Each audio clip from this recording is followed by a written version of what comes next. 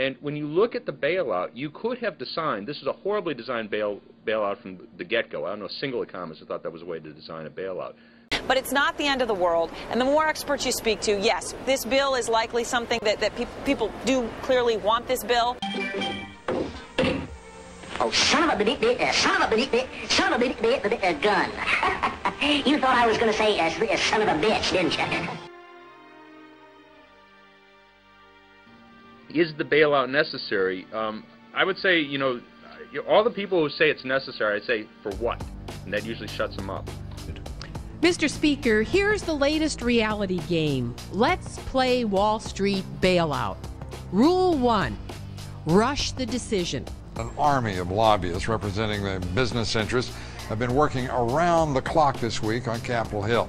Their singular focus to further frighten Congress into passing what will be a $1 trillion bailout for Wall Street.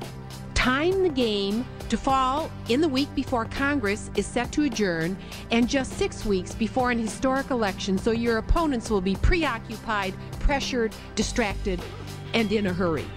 Vantage point, the standpoint of the economy, we don't need the big banks. That's not our problem. We could keep the financial system operating. That's what we care about. The fact that banks go under, that's bad news for the bank executives, who get paid tens of millions of dollars, by the way. It's bad news for the shareholders who are going to lose all their money in those banks. For the rest of us, we have no particular interest in that. Rule 2, disarm the public through fear. Warn that the entire global financial system will collapse and the world will fall into another Great Depression. The only way they can pass this bill is by creating and sustaining a panic atmosphere. That atmosphere is not justified. Many of us were told in private conversations that if we voted against this bill on Monday, that the sky would fall, the market would drop 2,000 or 3,000 points the first day, another couple thousand the second day, and a few members were even told that there would be martial law in America if we voted no. That's what I call fear-mongering. Unjustified. Proven wrong. Control the media enough to ensure that the public will not notice that this bailout will indebt them for generations. Rule 3, control the playing field and set the rules. Hide from the public and most of the Congress just who is arranging this deal.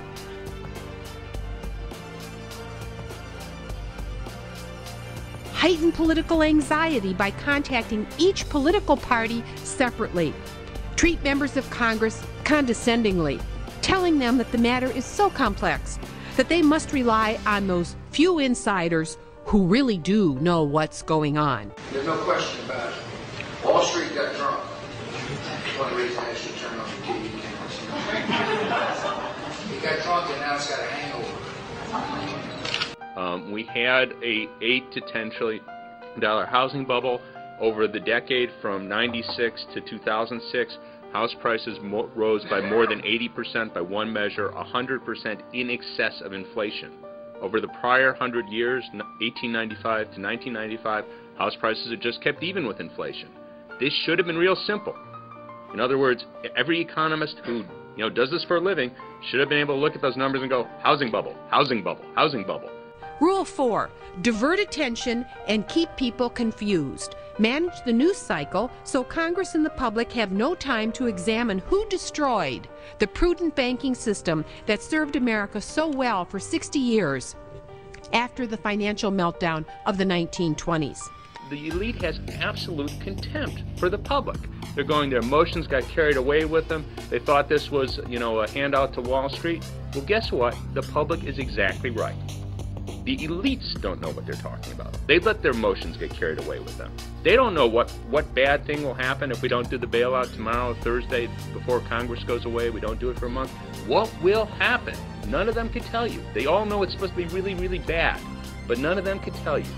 Rule 5, always keep in mind the goal is to privatize gains to a few and socialize losses to the many. For 30 years, in one financial scandal after another, Wall Street game masters have kept billions of dollars of their gains and shifted their losses to American taxpayers. Once this bailout is in place, the greed game will begin again. Madam Speaker, I rise in strong opposition to this bill. This is only going to make the problem that much worse. The problem came about because we spent too much, we borrowed too much, and we printed too much money, we inflated too much, and we overregulated. And this is all that this bill is about, is more of the same. So you can't solve the problem. We're looking at a symptom. We're looking at the collapsing of a market that was unstable. It was unstable because of the way it came about. It came about because of a monopoly control of money and credit by the Federal Reserve System, and that is a natural consequence of what happens when a Federal Reserve System creates too much credit.